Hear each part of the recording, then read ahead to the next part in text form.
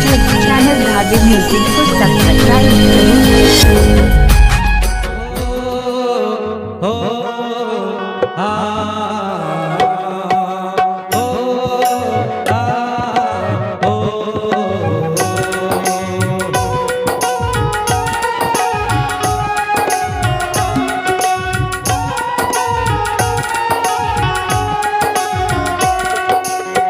कुछ खोना है कुछ पाना,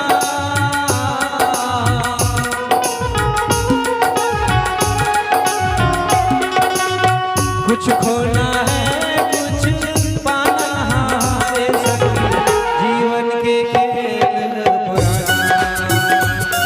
हारे भैया जीवन के खेल पुराना। सुख दुख दोनों बसे सबला है चलते जाना। हमारे भैया जीवन के खेल पुराना।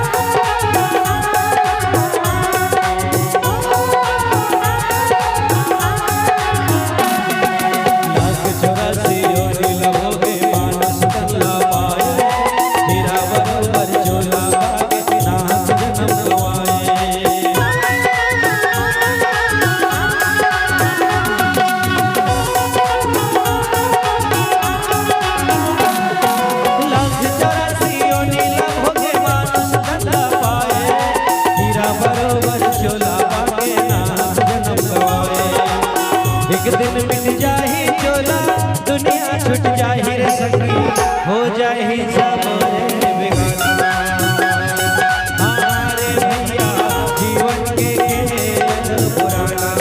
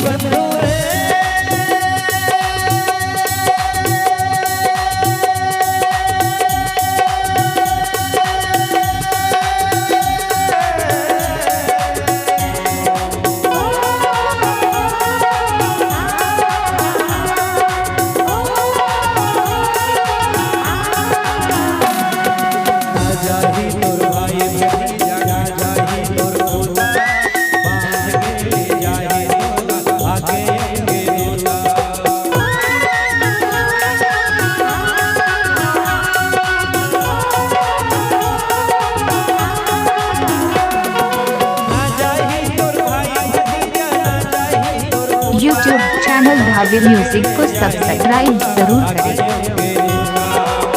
दुनिया छुट जाही एक दिन, नाता मिट जाही रे सखी, हो जाही सब रे बेगाना। हमारे सखी जीवन के खेल पुराना। हमारे सखी जीवन के खेल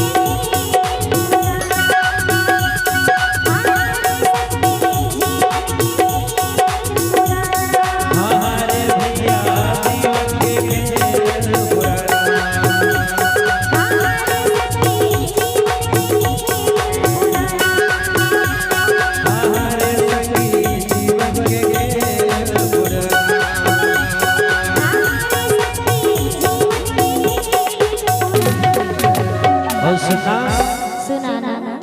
ज्ञान सिंह परस्ते जी और अवन मार कहा छत्तीसगढ़ी मन भलो तोला कहा थे वो